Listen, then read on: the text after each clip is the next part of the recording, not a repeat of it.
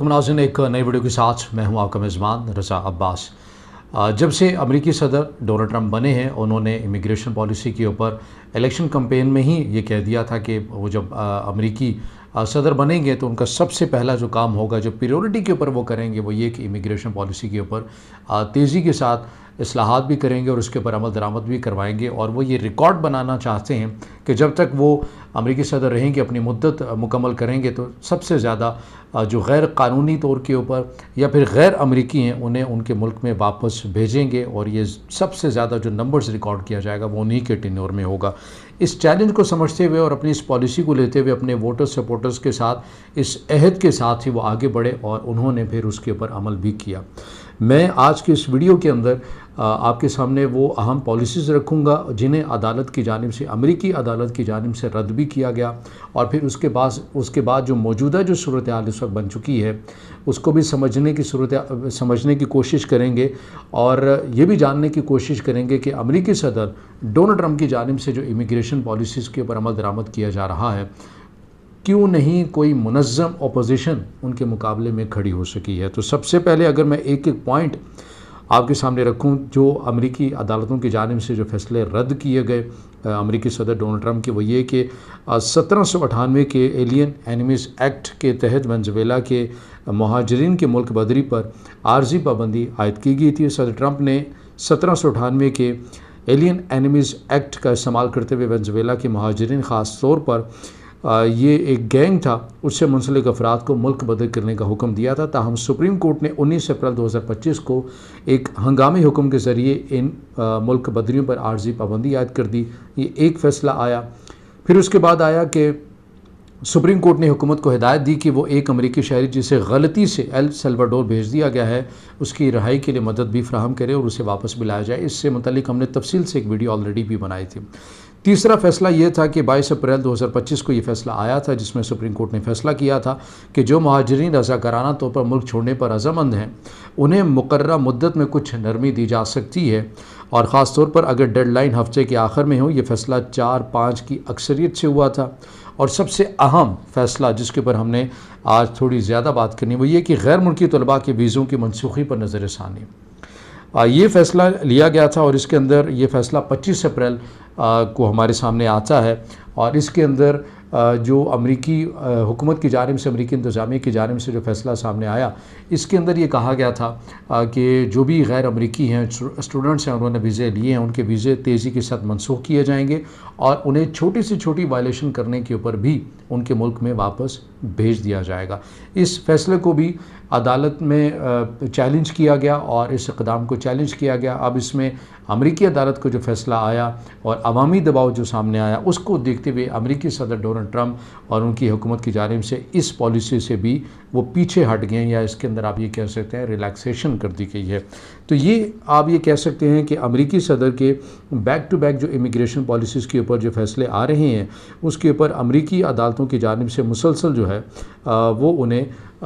उसका सामना करना पड़ रहा है, मुज़ाहमत का सामना भी करना पड़ रहा है। मगर उसके बावजूद जो इस वक्त अमेरिका की एक ओवरऑल सूरत हाल बन चुकी है, वो ये है कि इस वक्त आदाद व शुमार के मुताबिक तकरीबन 48,000 हिरासती मराकज़ में गैर कानूनी जो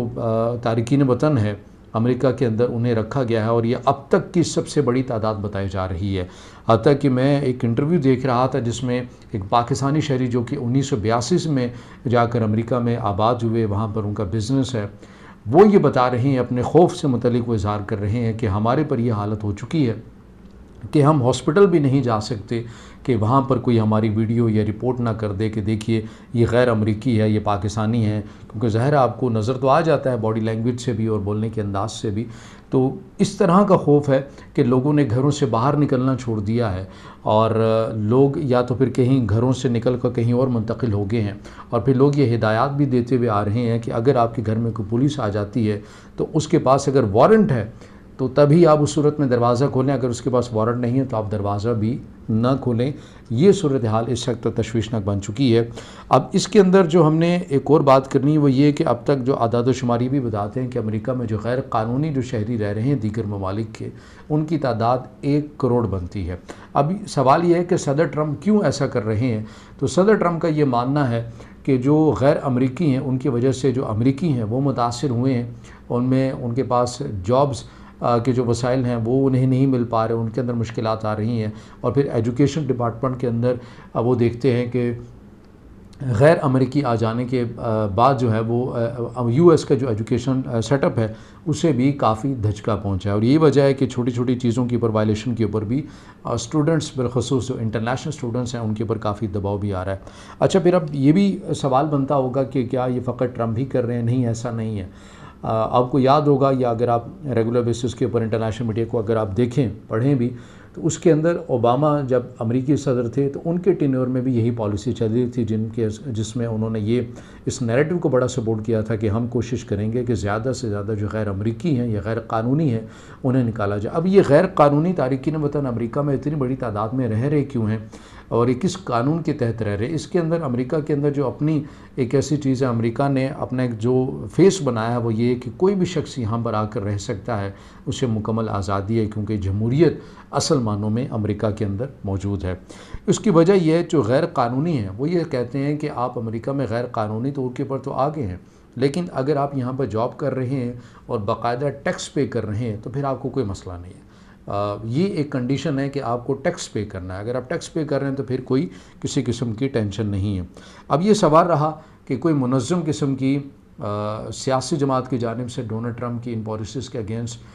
کیوں نہیں کوئی مظاہرے ہوتے، احتجاج ہوتے؟ تو اس کی وجہ یہ ہے کہ جو ڈیموکریٹک پارٹی ہے وہ خود ہی ایک خانہ جنگی کی صورتحال ہے، ان کے اندر ہی خود اتنے اختلافات پیدا ہو چکے ہیں، کوئی منظم صورت میں صدر ڈونلڈ ٹرمپ کے اگینسٹ کوئی آپ کو ایک بڑی کمپین اپوزیشن کی نکلتی ہوئی نظر نہیں آتی ہے۔ البتہ اسٹوڈنٹس ہی نکلتے ہیں، عام عوام ہی نکلتی ہیں، اور وہ کہتے ہیں کہ جمہوریت کا چہرہ مسخ ہو رہا ہے ان اقدامات سے حکومت کی، ہمیں یہ چاہیے کہ ہمیں تمام لوگوں کو یہاں پر رہنے دینا چاہیے، شرط یہ ہے کہ اگر وہ ٹیکس پے کرتے ہیں تو انہیں یہ حق ہے۔ لیکن امریکی حکام ایسا نہیں سمجھتے، جو موجودہ جو انتظامیہ ہے ان کی یہ اسٹیٹمنٹ ہے کہ ہم کسی غیر امریکی کو اسٹوڈنٹ ویزا دیتے ہیں یا پھر گرین کارڈ دیتے ہیں تو وہ ہمارا ثوابدیدی حق ہے کہ ہم اس کو دے دیتے ہیں، یہ ایک رعایت کے طور کے اوپر ہے، لیکن یہ پھر رعایت ایسی ہے کہ ہمارا جب دل چاہے گا پھر ہم اس کو ختم بھی کر دیں گے۔ تو اس وقت جو غیر امریکی ہیں امریکہ کے اندر، ان کے اندر بڑی کنفیوژن ہے، بڑا ابہام ہے، اور خوف کا عنصر